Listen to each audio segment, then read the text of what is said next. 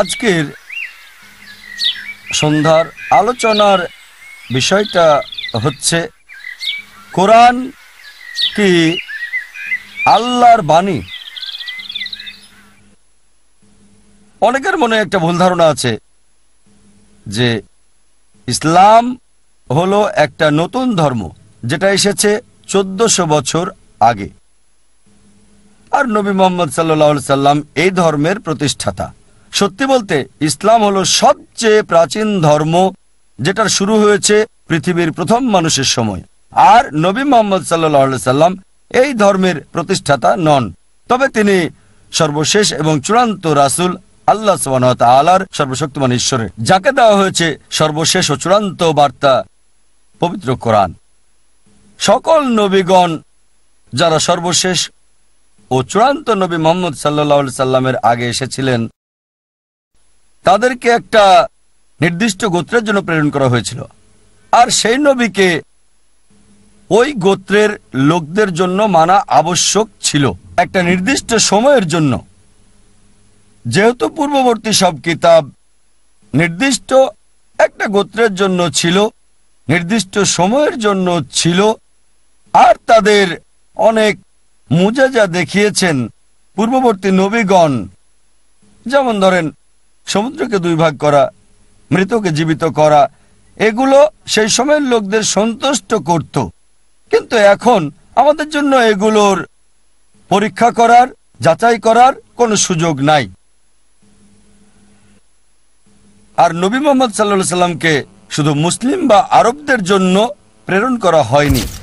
পবিত্র কোরআন বলছে সূরা আম্বিয়া অধ্যায় 21 আয়াত 107-এ, ওয়ামা আরসালনাকা ইল্লা রাহমাতাল লিল আলামিন, আমি আপনাকে প্রেরণ করেছি রহমত স্বরূপ সমগ্র সৃষ্টির জন্য, রহমত স্বরূপ সমগ্র মানবতার জন্য, রহমত স্বরূপ সারা পৃথিবীর জন্য। যেহেতু নবী মুহাম্মদ সাল্লাল্লাহু আলাইহি সাল্লাম শুধু মুসলিম বা আরবদের জন্য ছিলেন না, তিনি ছিলেন সমগ্র মানবতার জন্য, আর ছিলেন সর্বশেষ নবী। যে মুজিজা তাকে দেওয়া হয়েছে সেটা সর্বকালের জন্য, আর তার এই মুজিজা সেই সময়ের লোকদের সন্তুষ্ট করেছে, বর্তমানেও এবং ভবিষ্যতেও করবে। যেহেতু তিনি সর্বশেষ নবী, তার মুজিজাও সর্বকালের জন্য সবাইকে সন্তুষ্ট করবে, আর যাচাই করা যাবে শেষ দিন পর্যন্ত। যদিও নবী মুহাম্মদ সাল্লাল্লাহু আলাইহি সাল্লাম তিনি তখন নিজে শত শত মুজিজা দেখিয়েছেন, তবে সেগুলোর প্রতি গুরুত্ব দেননি। আর সমগ্র মুসলিম জাতি আমরা গর্ব করি তার চূড়ান্ত মুজিজার, সেটা হচ্ছে পবিত্র কোরআন, যেটা সর্বশেষ এবং চূড়ান্ত বার্তা আল্লাহ সুবহানাহু ওয়া তাআলার সর্বশক্তিমান ঈশ্বরের সর্বশেষ এবং চূড়ান্ত নবী মুহাম্মদ সাল্লাল্লাহু আলাইহি সাল্লামের প্রতি। এটা হচ্ছে সর্বকালের জন্য অলৌকিক। এটা সেই সময়ের লোকদের সন্তুষ্ট করেছে, এখনো সন্তুষ্ট করছে এবং শেষ দিন পর্যন্ত করবে। এটা সেই সময় পরীক্ষা এবং যাচাই করা গেছে, এখনো যাচাই করা যাবে এবং ইনশাআল্লাহ এটাকে যাচাই এবং পরীক্ষা করা যাবে শেষ দিন পর্যন্ত। এ কারণেই এটা হচ্ছে অলৌকিকের অলৌকিক। এটা সর্বকালের জন্য অলৌকিক। এটা সেই সময়ের লোকদের সন্তুষ্ট করেছে, এখনো সন্তুষ্ট করছে এবং শেষ দিন পর্যন্ত করবে। এটা সেই সময় পরীক্ষা এবং যাচাই করা গেছে, এখনো যাচাই করা যাবে এবং ইনশাআল্লাহ এটাকে যাচাই এবং পরীক্ষা করা যাবে শেষ দিন পর্যন্ত। এ কারণেই এটা হচ্ছে অলৌকিকের অলৌকিক। আর কোরআন সম্পর্কে বললে যে কোনো মানুষ যার কোরআন বিষয়ে কিছুটা জানা আছে, হোক মুসলিম বা অমুসলিম, এটা স্বীকার করবে যে কোরআন যে মানুষটি প্রথম তেলাওয়াত করেছিলেন তার নাম মুহাম্মদ সাল্লাল্লাহু আলাইহি সাল্লাম। তিনি জন্মগ্রহণ করেছিলেন আরবের মক্কাতে। আর এই বিষয়টাতে কারো দ্বিমত নাই। যে কোনো লোক যার কোরআন বিষয়ে একটু জ্ঞান আছে, হোক সে মুসলিম অথবা অমুসলিম, এখন যদি আমরা কোরআনের উৎসের ব্যাপারে আসি, অনেক যুক্তি, উত্তর, অনুমান ইত্যাদি রয়েছে। এগুলোকে তিনটি শ্রেণীতে ভাগ করা যায়। প্রথমটা হচ্ছে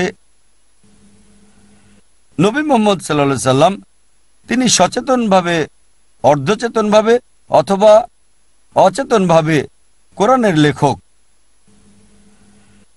দ্বিতীয় প্রকার হচ্ছে নবী মুহাম্মদ কোরআন রচনা করেছেন অন্য কোনো উৎস থেকে বা নকল করেছেন অন্য কোনো ধর্মগ্রন্থ থেকে, চুরি করেছেন তিনি।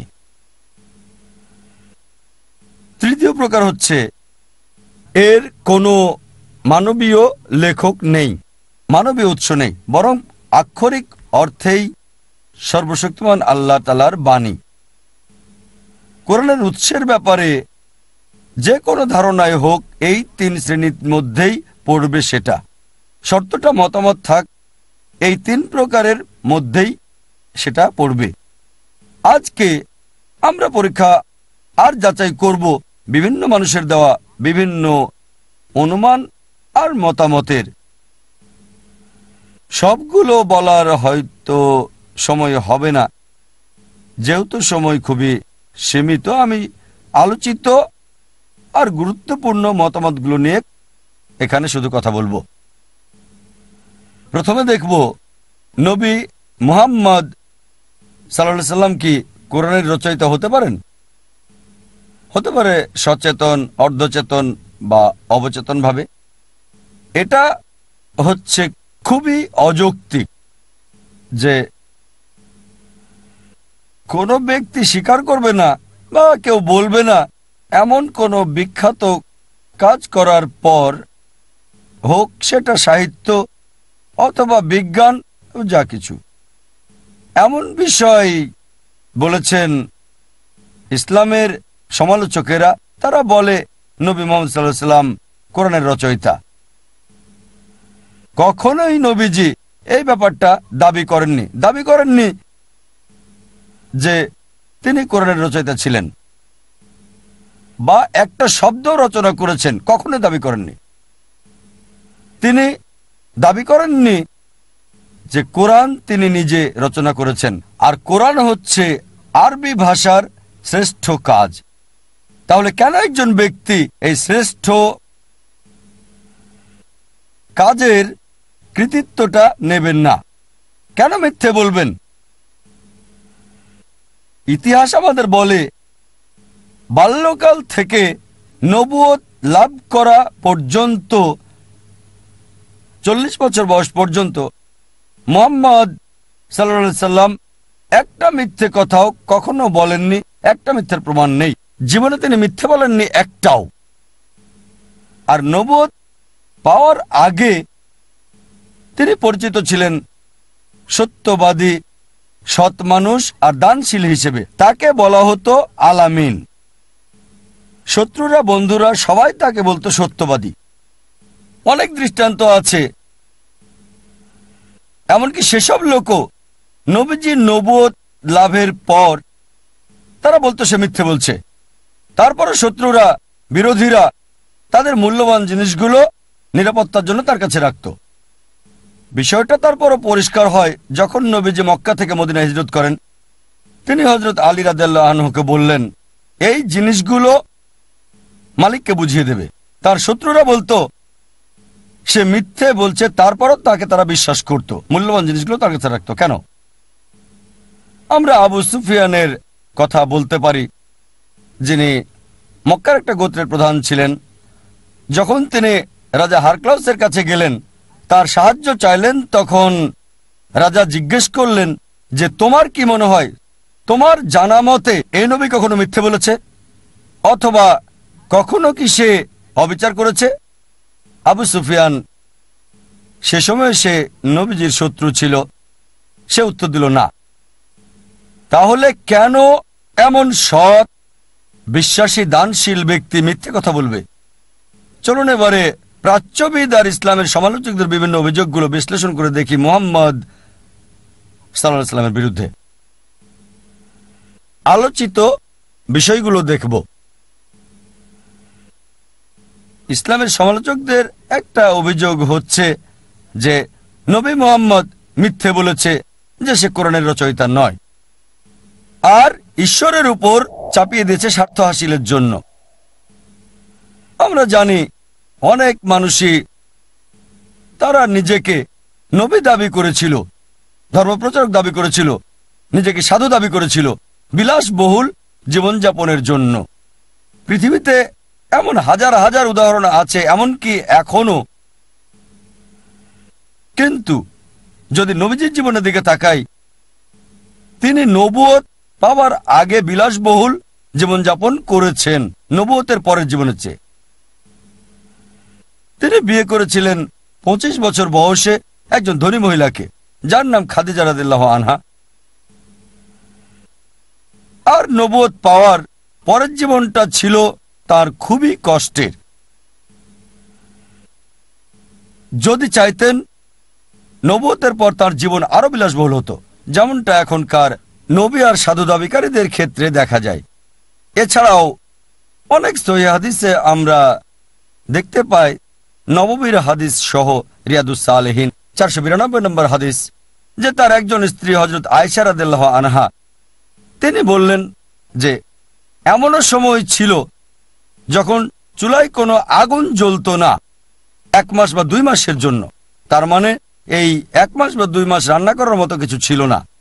আর আমরা কিছু খেজুর এবং পানি খেতাম, মাঝে মাঝে প্রতিবেশীদের দেওয়া দুধ। এরকম অনেক উদাহরণ রয়েছে। এমনকি কোরআনের আয়াতও রয়েছে যে তার জীবনটা খুবই সাধারণ ছিল। সব ক্ষমতা থাকার পরও তিনি নেতা ছিলেন, চাইলে আরবের সবচেয়ে বিলাসবহুল জীবনযাপন তিনি করতে পারতেন। এ কারণে কোনো এক সময় আমাদের নবীজির স্ত্রীগণ তখন প্রতিবাদ করলেন আর বললেন, আমরা এমন জীবনযাপন করব কেন আমাদের এত বিলাসিতার সুযোগ থাকার পরও?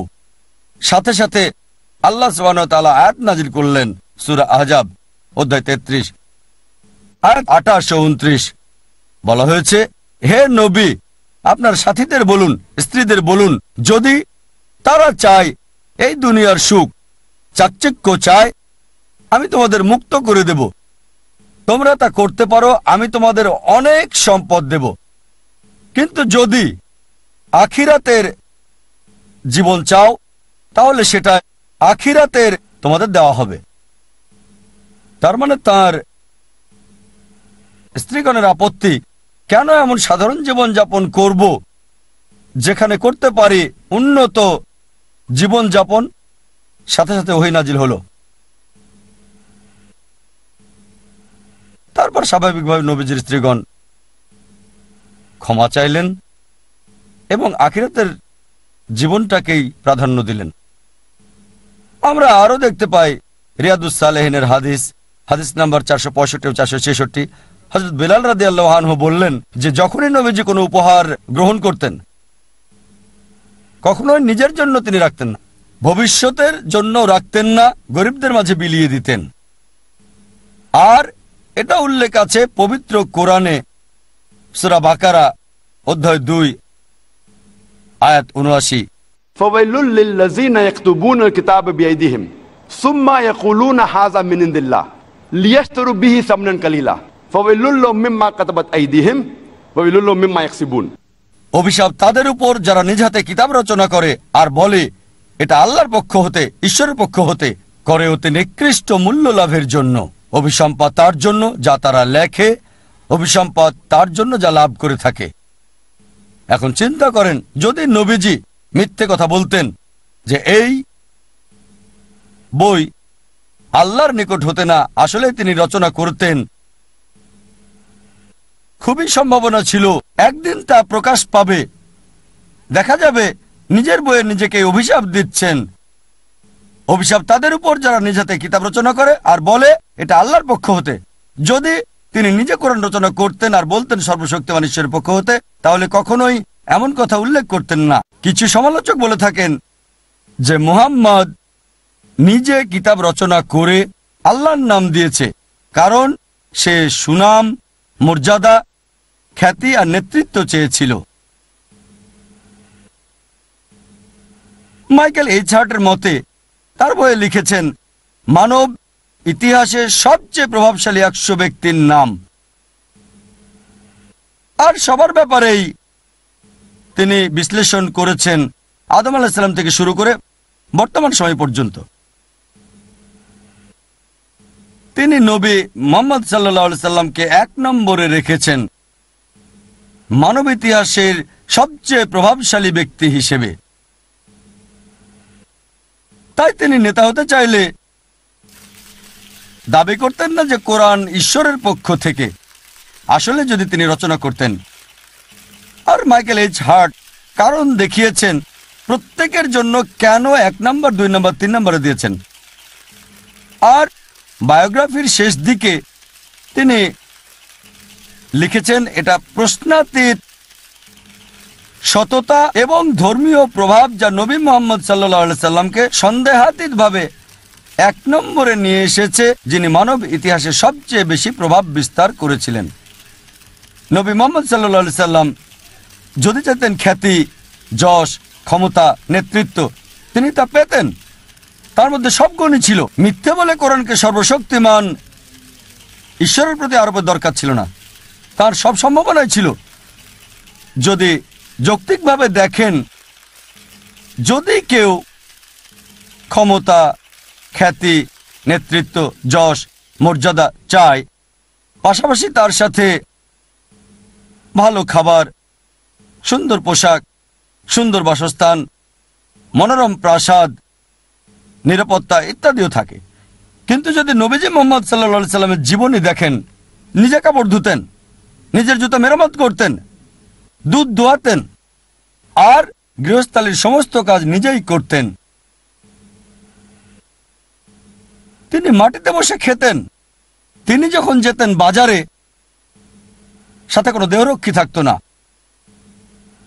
সরলতা এবং নম্রতার বিরল দৃষ্টান্ত ছিলেন তিনি।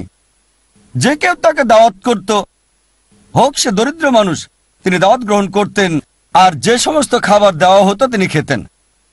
এইসব কারণে তার শত্রুরাও বলা বলি করত, যা পবিত্র কোরআনে বলা আছে। সূরা তাওবা অধ্যায় 9 আয়াত 61। আর সে সবার কথাই শোনে, রাগান্বিত হয়ে বলতো, আরে কেমন লোক, সে সবার কথাই শোনে, ধনী বা গরিব, সবার কথা।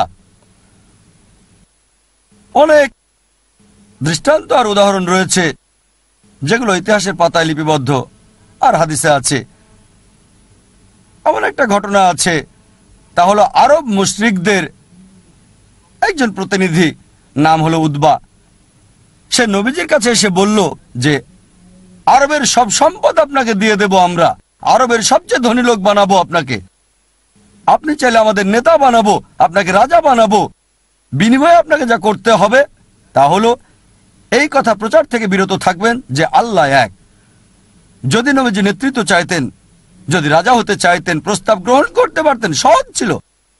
অনেক ঘটনা রয়েছে যখন আরবের মুশরিকরা তার চাচা আবু তালিবকে বলল যে তোমার ভাতিজাকে বিরত হতে বলো বিশ্বভ্রাতৃত্বের আহ্বান আর এক ঈশ্বর থেকে। নবীজি চাচাকে উত্তর দিলেন, যদি তারা আমার ডান হাতে সূর্য আর বাম হাতে চাঁদ এনে দেয়, আমি বিরত হব না সত্য প্রচারে, আমি সত্য প্রচারে থামবো না যতদিন আমার জীবন আছে, অথবা আল্লাহ যদি না চান। এক সময় নবীজির ছেলে ইব্রাহিম মারা গেলেন, আর তখন সূর্যগ্রহণ হচ্ছিল। লোকজন বলা বলি করলো, এটা ঈশ্বরের নিদর্শন, সূর্য বিষণ্ণ হচ্ছে, কারণ একজন মারা গেছে, সে হচ্ছে নবী মুহাম্মদ সাল্লাল্লাহু আলাইহি সাল্লামের ছেলে। তারপর নবীজি উত্তর দিলেন আর বললেন, সূর্য এবং চন্দ্র এগুলো আল্লাহ সুবহানাহু ওয়া তাআলার সৃষ্টি। কোন মানুষের জন্ম অথবা মৃত্যুর কারণে চন্দ্র সূর্য গ্রহণ হয় না। যদি তিনি খ্যাতি আর ক্ষমতা চাইতেন, তার জন্য সুযোগ ছিল, তিনি বলতে পারতেন, হ্যাঁ আমার ছেলে মারা গেছে, আমি দেখছি স্বর্গ কাঁদছে, তিনি তা বলেননি, কারণ তিনি সত্যবাদী। কিছু সমালোচক তারা বলে নবী মুহাম্মদ সাল্লাল্লাহু আলাইহি সাল্লাম নাউজুবিল্লাহ কোরআনকে আরোপ করেছিলেন ঈশ্বরের প্রতি, কারণ তিনি আরবদের একত্রিত করতে চেয়েছিলেন। আর এটা আরব ইউনিটি এবং লিবারেশন থিওরি হিসেবে পরিচিত। অনেক থিওরির কথাই বলেছে সমালোচক আর প্রাচ্যবাদীরা। পবিত্র কোরআনে এমন একটা এত নেই যেটা বলে বা ইশারা ইঙ্গিতে বলেছে আরব ঐক্যের কথা, একটাও নেই। একটা তো কোনোভাবেই বলছে না ঐক্যের ব্যাপারে বা আরবদের স্বাধীনতার ব্যাপারে। কোরআনে উম্মার কথা আছে, জাতির কথা, সমগ্র মানব জাতির, আর একজন মানুষের উপর আরেকজন মানুষের শ্রেষ্ঠত্বের বৈশিষ্ট্য জাতের ভিত্তিতে নয়, বর্ণের ভিত্তিতে নয়, সম্পদের নয়, লিঙ্গের ভিত্তিতে নয়, এটা তাকওয়ার ভিত্তিতে। আর এটা বলা হয়েছে সূরা হুজুরাত অধ্যায় 49 আয়াত 13। আল্লাহ বলেছেন, يا أيها الناس إنا خلقناكم من ذكر وأنثى وجعلناكم شعوبا وقبائل لتعارفوا إن أكرمكم عند الله أتقاكم إن الله عليم خبير। হে মানব জাতি, আমি তোমাদেরকে সৃষ্টি করেছি এক জোড়া নারী এবং পুরুষ থেকে, আর বিভক্ত করেছি জাতি এবং গোত্রে, যাতে তোমরা একে অপরকে চিনতে পারো। এজন্য নয় যে একে অপরকে ঘৃণা করবে। আর সেই বেশি সম্মানিত আল্লাহ সুবহানাহু ওয়া তাআলার কাছে যার রয়েছে তাকওয়া। আল্লাহ সুবহানাহু ওয়া তাআলার কাছে বিচারের মানদণ্ডটা জাতি, বর্ণ, দল, লিঙ্গ, সম্পদের ভিত্তিতে নয়, এটা তাকওয়ার ভিত্তিতে। এটা খোদাভীরুতা, এটা বিশ্বাস। অনেক আয়াতই রয়েছে কোরআনে সত্যবাদিতার ব্যাপারে,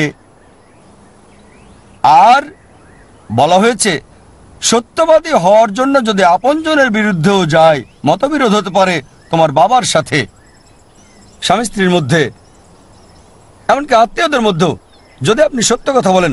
আল্লাহ কোরআনে বলেছেন সূরা তাওবা অধ্যায় 9 আয়াত 24, कुल इन कान आबाउकुम বলো হোক সেটা তোমার পিতা व अबनाउकुम অথবা তোমার সন্তান व इखवानुकुम অথবা তোমার ভাই व अज़वाजुकुम অথবা তোমার সঙ্গী व अशीरतुकुम অথবা তোমার আত্মীয়, व अमवालुन इक्तरफ्तुमुहा व तिजारतुन तखशौना कसादा व मसाकिन तरज़ौनहा। যে সম্পদ তুমি জমা করছো, যে ব্যবসা তুমি করছো, যে ঘরে তুমি বসবাস করছো। আল্লাহ বলছেন যদি এই 8টি জিনিসকে ভালোবাসো, তোমার পিতা, তোমার সন্তান, তোমার ভাই, তোমার সঙ্গী, তোমার আত্মীয়, যে সম্পদ জমা করছো, যে ঘরে বাস করছো, যে ব্যবসা করছো, তারপর আল্লাহ বলছেন अहब्बा इलैकुम मिनल्लाहि व रसूलिहि व जिहादिन फी सबीलिहि। যদি আল্লাহর চেয়ে এসবকে বেশি ভালোবাসো, তার রাসূলের চেয়ে, চেষ্টার চেয়ে, সংগ্রামের চেয়ে আল্লাহ সুবহানাহু ওয়া তাআলার পথে, আল্লাহ বলছেন ফাতারাব্বাসু, অপেক্ষা করো, हत्ता याति अल्लाहु बिअमरी वल्लाहु ला याहदिल कौमल फासिकिन। অপেক্ষা করো আল্লাহর সিদ্ধান্ত আসা পর্যন্ত।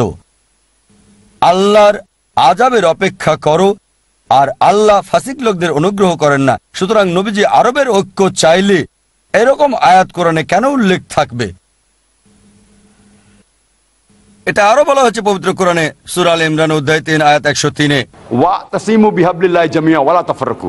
আল্লাহর রজ্জু শক্ত করে ধরো আর বিভক্ত হও না।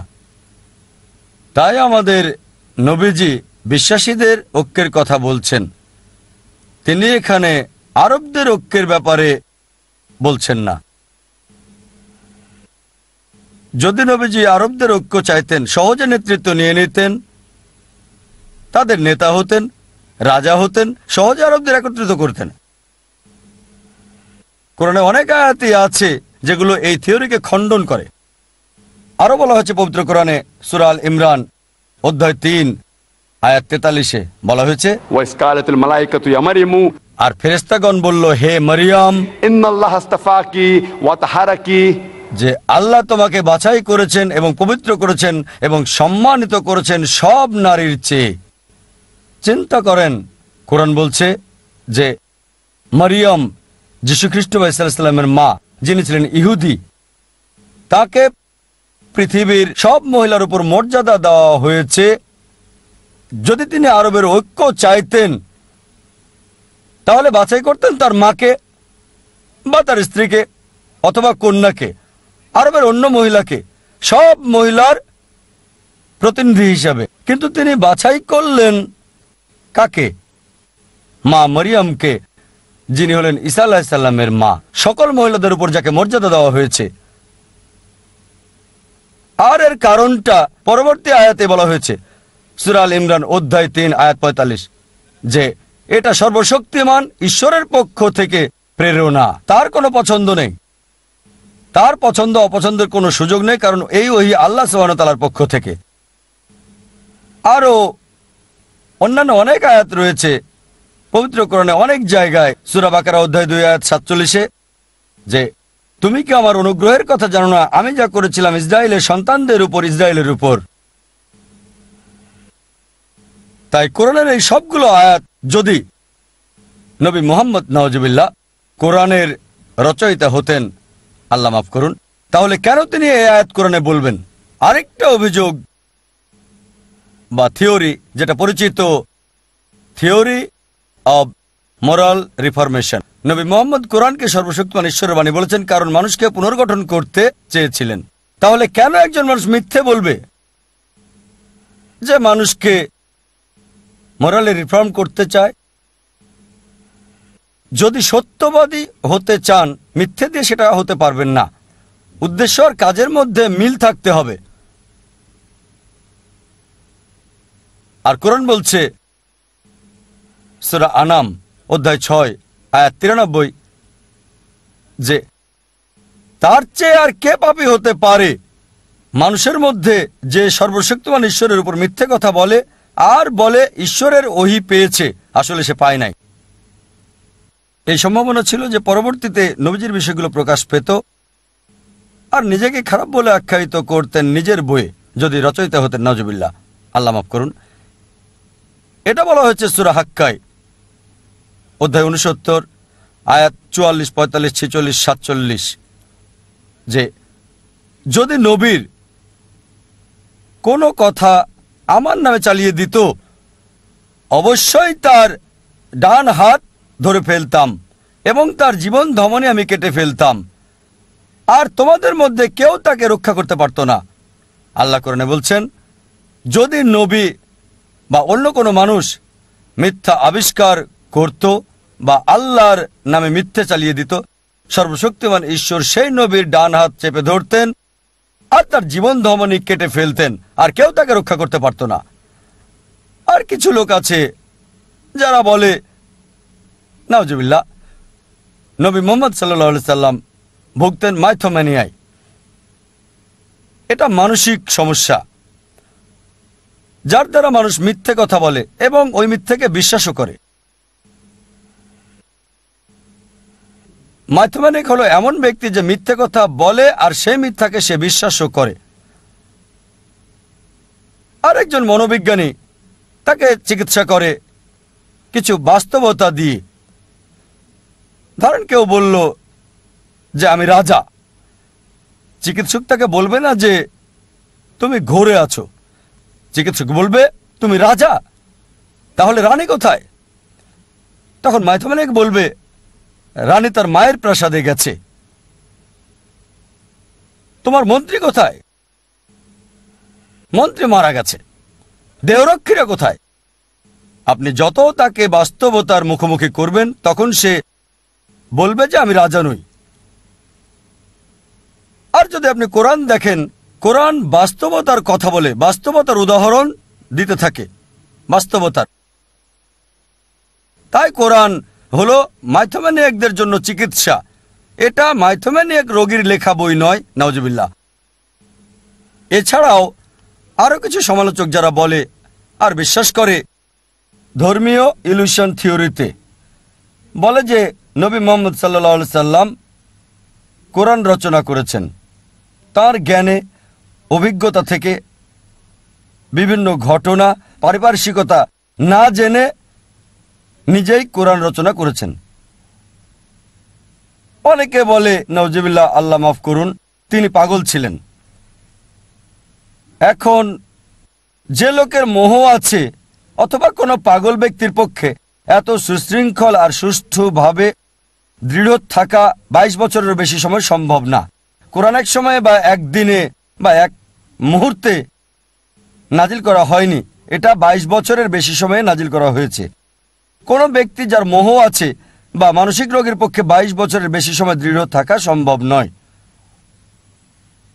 অনেক উপলক্ষই আছে, যেমন ধরেন সূরা কাহফ অধ্যায় 18 আয়াত 22, যখন লোকজন গুহাবাসীর ব্যাপারে প্রশ্ন করত বা জুলকারনাইন সম্পর্কে, তিনি বলতেন আগামীকাল তোমাকে বলবো, কিন্তু নবীজি পরদিন উত্তর দিতে পারেননি। তাকে 15 দিন পর্যন্ত অপেক্ষা করতে হয়েছে, যতক্ষণ না সূরা কাহফ নাজিল হয় অধ্যায় 18 আয়াত 23 এবং 24, যে হে নবী, কখনো তুমি কোনো কথা নিজে বলো না ইনশাল্লাহ ছাড়া, যদি আল্লাহ চান। চিন্তা করেন, 15 দিন নবীজি টেনশনে ছিলেন, চিন্তিত ছিলেন, কেন ওহী আসছে না আমার কাছে। তারপর আল্লাহ ওহী পাঠালেন যে কখনো বলো না আমি আগামীকাল বলবো ইনশাল্লাহ ছাড়া, মানে যদি আল্লাহ চান, যদি ঈশ্বর চান। যদি তিনি নিজে কোরআন লিখতেন, সাথে সাথে উত্তর দিতেন বা পরবর্তীতে উত্তরটা দিতেন। আর দেরি হওয়ার কারণে অনেকে ইসলাম ধর্ম গ্রহণ করেছিল। তারা বুঝেছিল এটা কোনো মানুষের রচনা হতে পারে না, এটা অবশ্যই ঐশ্বরিক বাণী। আর এই আয়াত এখন আমরা পবিত্র কোরআনে দেখতে পাই। যদি তিনি নিজে রচনা করতেন, তাহলে কেন তিনি এই আয়াত উল্লেখ করবেন কোরআনে? এর মানে নবী মুহাম্মদ সাল্লাল্লাহু আলাইহি ওয়াসাল্লাম নাউজুবিল্লাহ পাগল ছিলেন না, মোহে ছিলেন না।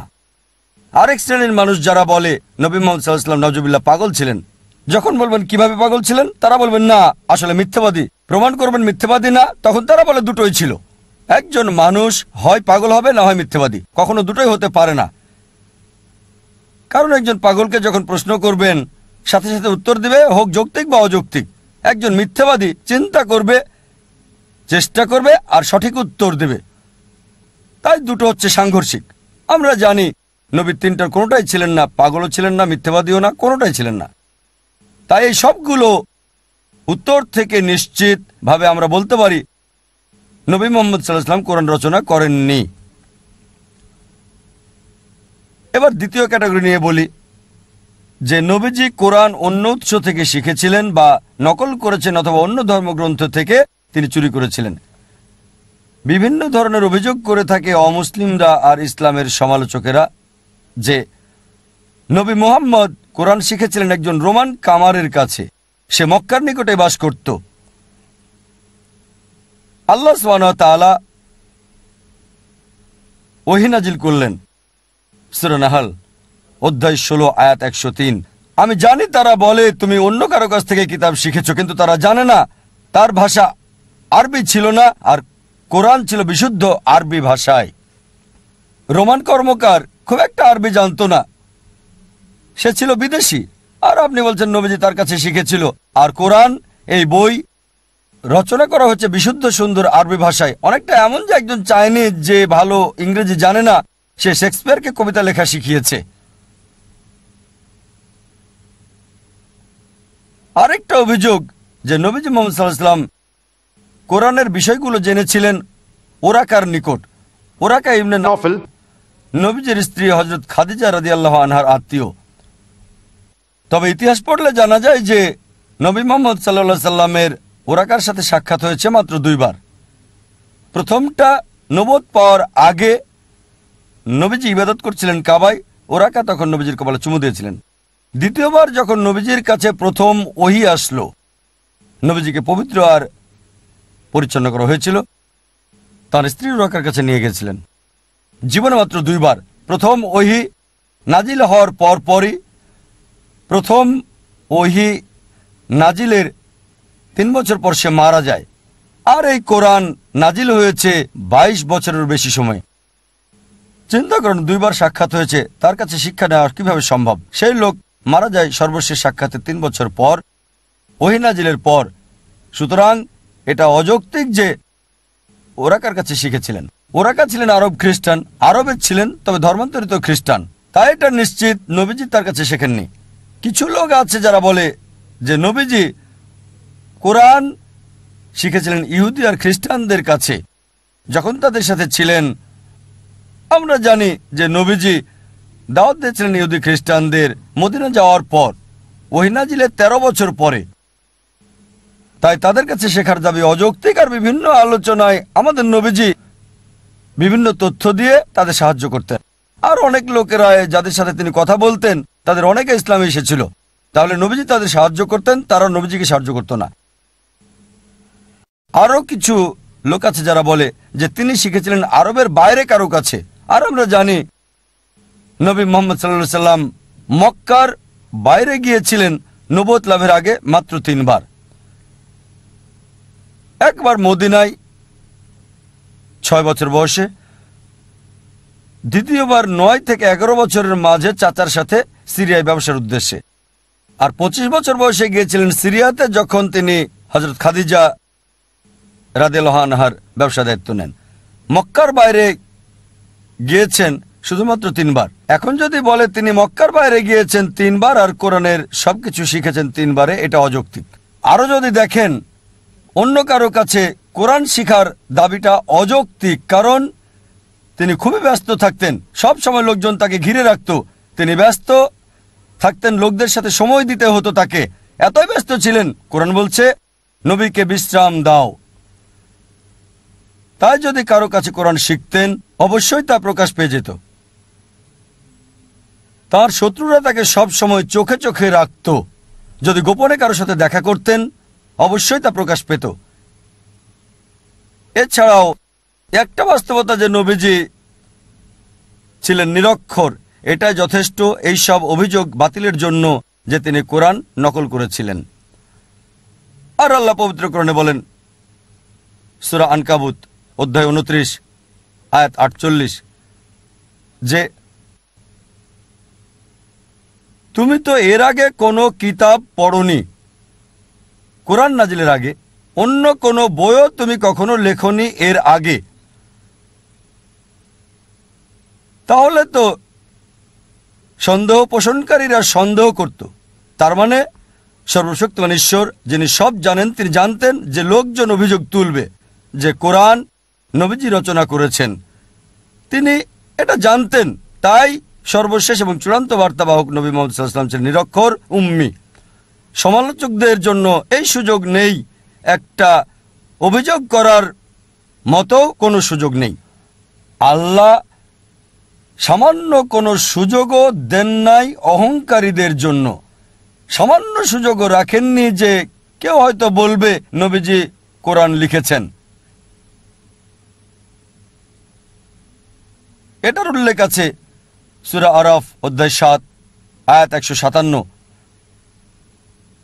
বলা হয়েছে যে তারা নিরক্ষর নবীর অনুসরণ করে যার কথা তাদের গসপেলে উল্লেখ করা আছে, তাদের গ্রন্থে আছে। এখানে বলা হয়েছে নবীজি ছিলেন অশিক্ষিত, নিরক্ষর। আর আমরা দেখি অনেক ভবিষ্যৎবাণী আছে নবীজি সম্পর্কে ওল্ড টেস্টামেন্টে আর পাশাপাশি নিউ টেস্টামেন্টেও, বাইবেলের অনেক জায়গায় বলা হয়েছে। আর এটা স্পষ্টভাবে বলা হয়েছে বুক অব আইজায়া অধ্যায় 29 অনুচ্ছেদ 12 যে তাকে কিতাব দেওয়া হবে যে পড়তে জানে না। যখন তাকে বলা হবে পড়ো, এটা পড়ো, সে বলবে আমি পড়তে পারি না। ঠিক এই ব্যাপারটাই ঘটেছিল যখন প্রথম ওহী নাজিল হলো নবী মুহাম্মদ সাল্লাল্লাহু আলাইহি ওয়াসাল্লামের কাছে। যখন ফেরেশতা জিবরাইল বলল ইকরা, পড়ো, তিনি বললেন মা না বেকারি, আমি পড়তে পারি না। তাই একজন নিরক্ষর নবীর পক্ষে সম্ভব নয় নকল করা। আর ইতিহাস বলে যে প্রথম আরবি বাইবেল, আরবি ভার্সন, আরবি লেখা বাইবেলের অনুবাদ ছিল নবীজির জীবিত অবস্থায়। ওল্ড টেস্টামেন্টের প্রথম অনুবাদ লিখেছেন আর্কসাদিয়ন জিয়াস 900 শতাব্দীতে, প্রায় নবীজির মৃত্যু 250 বছর পরে। প্রথম আরবি নিউ টেস্টামেন্ট লিখেছিলেন বা অনুবাদ করেছিলেন আরপেনিয়াস 1616 খ্রিস্টাব্দে, নবীজির মৃত্যুর 1000 বছর পরে। তাই এখানে বাইবেল থেকে নকল করার প্রশ্ন আসছে কি করে? অনেকেই আছে যারা বলে নবীজি নাউজুবিল্লাহ কোরআন বাইবেল থেকে নকল করেছেন। আর আমরা মানি যে কোরআন এবং বাইবেলের মধ্যে যথেষ্ট মিল রয়েছে। শুধু কোরআন এবং বাইবেলে যে যথেষ্ট মিল রয়েছে তার মানে এই নয় যে কোরআন বাইবেল থেকে নকল করা হয়েছে। এর সম্ভাব্য কারণ হয়তো দুটোরই উৎস এক। আমরা জানি সকল ঐশী গ্রন্থের উৎস এক, সর্বশক্তিমান ঈশ্বর। ধরেন একজন ছাত্র এ পরীক্ষায় সে বিজ্ঞানের বই থেকে নকল করেছে, স্টুডেন্ট বিও সে একই বই থেকে নকল করেছে। তার মানে এই নয় যে বি নকল করেছে এ কে অথবা এ করেছে বি কে, দুজনে নকল করেছে আসল উৎস বিজ্ঞানের বই থেকে। একইভাবে সব ওহির উৎস সর্বশক্তিমান ঈশ্বর। এছাড়াও কেউ যদি কিছু নকল করে সে কখনোই যার কাছ থেকে নকল করেছে তার নামটা লিখবে না। কোরআন নবী ঈসা আলাইহিস সালামকে যথাযথ সম্মান দিয়েছে। তিনি বাইবেল থেকে নকল করলে কেন তিনি ঈসা আলাইহিস সালামকে সম্মান দেখাবেন? যদি কেউ তার নিকট কারো কাছ থেকে নকল করে সে কখনোই বলবে না যে আমার প্রতিবেশী খুব ভালো বা বিজ্ঞানে খুবই মেধাবী। তাই যদি নবীজি বাইবেল থেকে নকল করেন কেন তিনি মুসা আলাইহিস সালাম বা ঈসা আলাইহিস সালাম আর সকল নবীকে সম্মান দেখাবেন? যদি তারা বলে যে কোরআন নকল করা হয়েছে বাইবেল থেকে কারণ অনেক ক্ষেত্রে মিল আছে, এখন যদি বলি যিশু ঈসা আলাইহিস সালাম নাউজুবিল্লাহ তিনি ওল্ড টেস্টামেন্ট থেকে নকল করেছেন কারণ অনেক মিল রয়েছে ওল্ড টেস্টামেন্ট এবং নিউ টেস্টামেন্টে। আমরা জানি মিল থাকার কারণ দুটোই একই উৎস থেকে এসেছে, মানে এক, সর্বশক্তিমান ঈশ্বর। আর আমরা ইসলামে 4টি ঐশী গ্রন্থের কথা জানি, তাওরাত, জাবুর, ইনজিল আর কোরআন। তাওরাত হলো সেই ওহী গ্রন্থ যা মুসা আলাইহিস সালামের উপর নাজিল হয়েছে। জাবুর হলো সেই ওহী গ্রন্থ যা দাউদ আলাইহিস সালামের উপর নাজিল হয়েছে। ইনজিল হলো সেই ওহী গ্রন্থ যা দেওয়া হয়েছে নবী সাল্লাল্লাহু আলাইহি সাল্লামকে। আর পবিত্র কোরআন হলো সর্বশেষ এবং চূড়ান্ত বার্তা যা দেওয়া হয়েছে সর্বশেষ বার্তাবাহক নবী মুহাম্মদ সাল্লাল্লাহু আলাইহি সাল্লামকে। যদিও সব ঐশী বাণী সবগুলো গ্রন্থ এসেছে কোরআনের আগে, সেগুলোর আসল রূপে নেই, বদলে গেছে, পরিবর্তন হয়ে গেছে, বদলানো হয়েছে। তারপরও ওইসব গ্রন্থের কিছু অংশ আসল রূপে রয়েছে। তাই যদি যাচাই করে দেখতে চান কোনটা সঠিক আর কোনটা ভুল, ফুরকান দিয়ে করতে হবে। সেটা হচ্ছে পবিত্র কোরআন। যদি কোরআনের সাথে মিলে যায় আমাদের কোনো সমস্যা নেই সেটাকে ঈশ্বরের বাণী বলে মেনে নিতে। অনেক মানুষই আছে যারা হয়তো জানে না বা জ্ঞান নেই কোরআন এবং বাইবেলের। তাহলে কিভাবে আমরা আলাদা করব কোনটা সঠিক বা কে কাকে নকল করছে? ভালো উপায় হচ্ছে বিজ্ঞানের পরীক্ষা। যদি আমরা এই দুটো গ্রন্থকে বিজ্ঞান দিয়ে পরীক্ষা করি আসল পার্থক্য আলাদা করতে পারবো। যখন আধ্যাত্মিকভাবে চিন্তা করি আমরা জানি যে কোরআন এবং বাইবেল হচ্ছে এক, কিন্তু যদি গবেষণা করে দেখি বা বিশ্লেষণ করলে দেখি অনেক পার্থক্য দুটোর মধ্যে আছে। যখন বাইবেল পড়ি এটা উল্লেখ আছে বাইবেলের ফার্স্ট বুকে, বুক অফ জেনেসিস অধ্যায় 1, যে সর্বশক্তিমান ঈশ্বর তিনি সৃষ্টি করেছেন স্বর্গ এবং পৃথিবী 6 দিনে। আর এই 6 দিন হলো 24 ঘন্টার দিন। এটা বাইবেলের ভাষায়। কোরআন ও বিশ্ব সৃষ্টির ব্যাপারে বলা হয়েছে সর্বশক্তিমান ঈশ্বর স্বর্গ এবং পৃথিবী সৃষ্টি করেছেন 6টা আইয়ামে।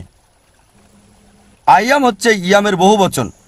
ইয়ামের একটা অর্থ হচ্ছে 24 ঘন্টার দিন, তবে আরেকটা আরবি অর্থ একটা দীর্ঘ সময়, যুগ। এখন বিজ্ঞানীরা বলে যে এই বিশ্ব সৃষ্টি করা হয়েছে বিলিয়ন বিলিয়ন বছরে। তাই যদি বলা হয় 24 ঘন্টা 6 দিনে সেটা ভুল। তবে কোরআনের ব্যাপারে বিজ্ঞানীদের কোনো আপত্তি নেই। যখন কোরআন বলছে স্বর্গ এবং পৃথিবী সৃষ্টি করা হয়েছে 6 আইয়ামে, মানে 6টা দীর্ঘ সময়ে, 24 ঘন্টার দিনে নির্দিষ্ট করা ছাড়া। আবার বাইবেলে বলা হয়েছে ফার্স্ট বুকে, বুক অফ জেনেসিস অধ্যায় 1 অনুচ্ছেদ 3 থেকে 5, যে সর্বশক্তিমান ঈশ্বর সৃষ্টি করেছেন দিন এবং রাত প্রথম দিনে, আলো সৃষ্টি করেছেন প্রথম দিনে। আবার জেনেসিস বলছে অধ্যায় 1 অনুচ্ছেদ 14 থেকে 19, আলোর উৎস মানে তারা এবং সূর্যকে সৃষ্টি করা হয়েছে 4র্থ দিনে। চিন্তা করেন, আলো সৃষ্টি করা হয়েছে প্রথম দিনে আর উৎস সৃষ্টি হয়েছে 4র্থ দিনে। সূর্য এবং চন্দ্র সৃষ্টি হয়েছে 4র্থ দিনে আর সূর্য এবং তারার আলো সৃষ্টি হয়েছে প্রথম দিনে। এটা অযৌক্তিক। কিভাবে সূর্যের আগে আলো আসা সম্ভব? কোরআন স্বর্গ এবং পৃথিবী সৃষ্টির ব্যাপারে বলে, তবে সেটা অযৌক্তিক, কোনো কিছু বলে না। আবার বলা হয়েছে বাইবেলের প্রথম বুকে বুক অফ জেনেসিস অধ্যায় 1 অনুচ্ছেদ 9 থেকে 13 বলছে পৃথিবী সৃষ্টি করা হয়েছে তৃতীয় দিনে। আর জেনেসিস অধ্যায় 1 অনুচ্ছেদ 14 থেকে 19 বলছে সূর্য এবং চন্দ্র সৃষ্টি হয়েছে চতুর্থ দিনে। বিজ্ঞান আমাদের বলছে যে পৃথিবী এবং চাঁদ প্রথমটার অংশ, মানে সূর্যের অংশ। তাই যদি বলা হয় পৃথিবী সৃষ্টি করা হয়েছে মূল সৃষ্টি সূর্যের আগে, এটা অবৈজ্ঞানিক।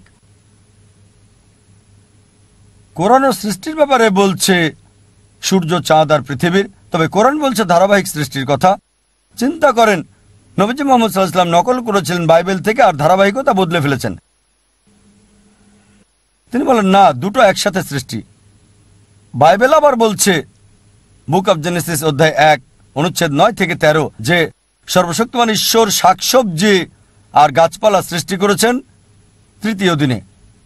আবার জেনেসিস অধ্যায় 1 অনুচ্ছেদ 14 থেকে 19 সূর্য সৃষ্টি করলেন চতুর্থ দিন। বিজ্ঞান বলছে এটা কখনোই সম্ভব নয় যে সূর্যের আলো ছাড়া গাছপালা হওয়া, এটা সম্পূর্ণ অবৈজ্ঞানিক।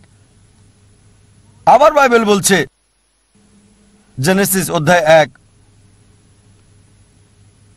অনুচ্ছেদ 16 যে সর্বশক্তিমান ঈশ্বর দুটো বড় আলো সৃষ্টি করেছেন। বড়টা হলো সূর্য দিনে আলো দেওয়ার জন্য, আর ছোটটা হচ্ছে চাঁদ রাতের বেলা আলো দেওয়ার জন্য। দেখেন, বাইবেল বলছে সূর্যের আলো আর চাঁদের আলো তাদের নিজস্ব। বাইবেল বলছে চাঁদের নিজস্ব আলো আছে।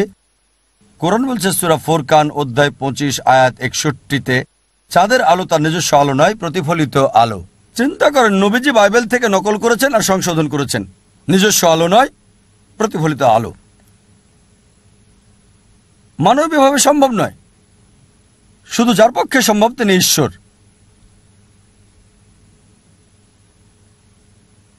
এমন অনেক বিষয় আছে যার উপর একটা লেকচার দেওয়া যাবে। আমার একটা বিতর্ক হয়েছিল ডাক্তার উইলিয়াম ক্যাম্বেলের সাথে। বিষয়টা ছিল কোরআন এবং বাইবেল বিজ্ঞানের আলোকে। আর সেখানে বলেছি বাইবেলের অবৈজ্ঞানিক বিষয়গুলোর কথা এখানে বিস্তারিত বলার সময় নেই। অনেক অবৈজ্ঞানিক বিষয় উল্লেখ আছে বাইবেলে যেগুলো কোরআনের মধ্যে নেই। যেমন ধরেন, বাইবেল অনুযায়ী আদম আলাইহিস সালাম পৃথিবীতে এসেছিলেন ৫৮,০০০ বছর আগে। বিজ্ঞান আমাদের বলে মানুষের অস্তিত্ব এসেছে লক্ষ লক্ষ বছর আগে। কোরআন আদম আলাইহিস সালাম সম্পর্কে বলে, তবে নির্দিষ্ট কোনো তারিখ নাই। বাইবেল বলছে জেনেসিস অধ্যায় ৬-৭ আর ৮-এ নূহ আলাইহিস সালাম এবং বন্যা সম্পর্কে বলা হয়েছে পুরো পৃথিবী পানির নিচে ছিল নূহের সময়ে। সেটা আনুমানিক ২১-২২ শতাব্দী বিসি। কোরআন নূহ আলাইহিস সালাম সম্পর্কে বলছে, তবে নির্দিষ্ট তারিখ দেয়নি। এমনকি বন্যা সম্পর্কেও বলছে, তবে বলা হয়েছে নির্দিষ্ট এলাকার বন্যার কথা, শুধু প্লাবিত করেছিল উম্মাকে, মুসা আলাইহিস সালামের অনুসারীদের, পুরো পৃথিবীকে নয়। এখন পুরাতত্ত্বের চিহ্ন আমাদের বলছে মিশরের ১১ রাজা এবং ব্যাবিলনের ৩য় রাজা শাসন ক্ষমতায় ছিলেন একটানা ২১ এবং ২২ খ্রিস্টপূর্ব পর্যন্ত। তাই পুরাণিক তত্ত্ব বলছে যে বাইবেলে যা বলা হয়েছে তা সম্পূর্ণ ভুল। এমন অনেক উদাহরণ আছে, শতটা বলতে পারেন, সব বলার সময় নেই। সুতরাং অবশ্যই এই কোরআন বাইবেল থেকে নকলও করা হয়নি, কোনো মানুষও রচনা করেনি। যা কোরআনে বলা হয়েছে সূরা সাজদা অধ্যায় ৩২ আয়াত ১-২ বলা হয়েছে তারা বলে সে তা রচনা করেছে। না, এটা তাদের প্রভুর নিকট থেকে সত্য, যাতে সে মানুষকে উপদেশ দিতে পারে যাদের কাছে আগে কোনো সতর্ককারী আসেনি। তাই আমরা সন্দেহাতীতভাবে বলতে পারি নবী মুহাম্মদ সাল্লাল্লাহু আলাইহি ওয়াসাল্লাম এই কোরআন রচনাও করেননি, তিনি নকল বা চুরি বা অন্য কোনো উৎস থেকে শিখেও আসেননি। এছাড়াও আমরা জানি পবিত্র কোরআন অন্যান্য ধর্মগ্রন্থের মতো না, বা অন্যান্য গল্পের বইয়ের মতো না যেগুলো মানুষে লিখেছে, যেগুলো নির্দিষ্ট শুরু রয়েছে। কোনো এক সময় শেয়াল আর আঙ্গুর, কোনো সময় নেকড়ে আর খরগোশ। যেমন বাইবেল বলছে শুরুতে ছিলেন ঈশ্বর। শুরুতে শব্দটা ছিল টিপিক্যাল। প্রত্যেক গল্পের বইয়ের ধারাবাহিকতা আছে। ধারাবাহিকতা দেখবেন শুরু এবং শেষ, একটা ক্রম ও ধারা। কিন্তু কোরআন একক, প্রথম নাজিল হওয়া কোরআনের আয়াত ইকরা প্রথম অধ্যায় নয়, অধ্যায় 1 না, এটা অধ্যায় 96 সূরা ইকরা সূরা আলাক আয়াত 1। এর কোনো ধারাবাহিকতা নেই, এটা আদম আলাইহিস সালামকে দিয়ে শুরু হয় নাই। আর এভাবে ধারাবাহিকভাবে নূহ আলাইহিস সালাম, মুসা আলাইহিস সালাম, তারপর ঈসা আলাইহিস সালাম, তারপর মুহাম্মদ সাল্লাল্লাহু আলাইহি সাল্লাম, না। এটার একক বৈশিষ্ট্য আছে, এটা মানুষের মন অনুযায়ী কাজ করে নাই, কারণ এর রচনাকারী কোনো মানুষ নয়।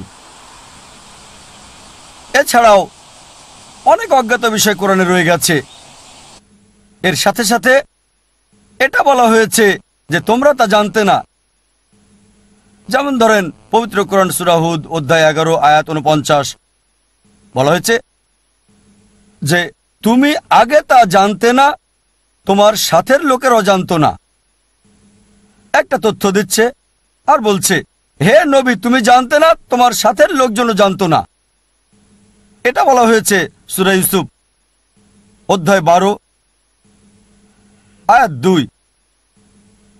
তোমাদের মধ্যে কেউ এটা জানতো না, তোমাদের নবীও জানতো না।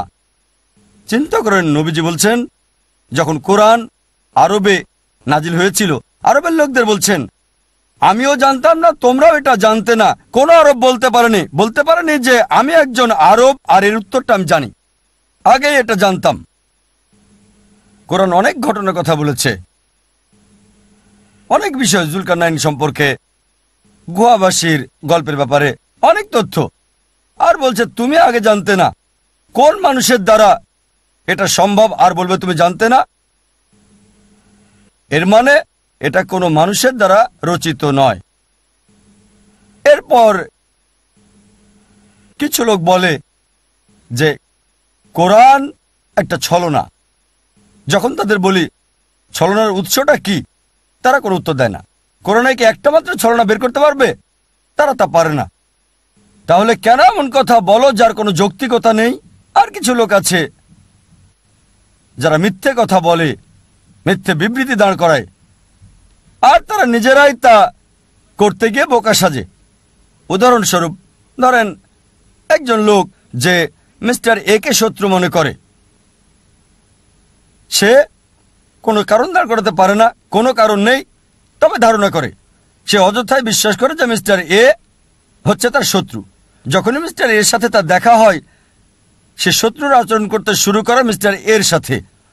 এখন মিস্টার এ যেহেতু একজন মানুষ, সে প্রতিবাদ করে, কেন সে আমার সাথে শত্রুর মতো আচরণ করে? সে প্রতিবাদ করে। যখনই মিস্টার এ প্রতিবাদ করে, লোকটি বলে বলেছিলাম না সে আমার শত্রু, দেখো এখন সে বিরুদ্ধে যাচ্ছে। তাই অভিযোগ করছেন অযথাই। আর এটা করে আপনি নিজেকে বোকা বানাচ্ছেন। এই কাজটাই ইসলামের সমালোচকরা করে থাকে। তারা ভ্রান্ত মন্তব্য করে আর এটা করে নিজেরাই বোকা বনে যায়। আর কোরআন যুক্তি সমর্থন করে, অনেক আয়াতে যুক্তির ব্যাপারে কথা বলে। এটা ব্যাখ্যা করে দেখি। কোরআনের এই বিষয়টা আলোচনা করা যেতে পারে। অনেক জায়গায় সূরা ইব্রাহিম অধ্যায় 14 আয়াত 52 বলছে এটা মানবজাতির জন্য বার্তা, এখান থেকে তাদের সতর্ক হতে বলো, তাদের জানাও ঈশ্বর একজন, আর জ্ঞান সম্পন্নদের বলো শিক্ষা নিতে। অনেক মুসলিম ভাবে যে কোরআন যুক্তির বিরুদ্ধে, এটা যুক্তির সমর্থন করে না। আর কোরআনের ব্যাপারে অন্যের সাথে আলোচনা করা এবং ধর্ম নিয়ে আলোচনা করা সমর্থন করে না। সত্যি বলতে কোরআন অন্য মানুষের সাথে আলোচনা করা উৎসাহিত করে। আপনাকে অন্য মানুষের সাথে আলোচনা করতে হবে। এটা বলা হয়েছে পবিত্র কোরআনে সূরা নাহল অধ্যায় 16 আয়াত 125। উদু ইলা সাবিলি রাব্বিকা বিল হিকমা ওয়াল মাউযিতাল হাসানা ওয়াজাদিলুম বিল্লাতি আহসান। মানুষকে ডাকো তোমার প্রভুর দিকে, জ্ঞান আর সুন্দর আচরণ দ্বারা তাদের সাথে তর্ক করো, তাদের যুক্তি দেখাও ভালো আর উত্তম পন্থায়। কোরআন উৎসাহিত করে যুক্তি এবং তর্ক আর আলোচনার, তবে অবশ্যই তা জ্ঞান এবং সুন্নাহ দিয়ে সবচেয়ে ভালো আর উত্তম পন্থায়।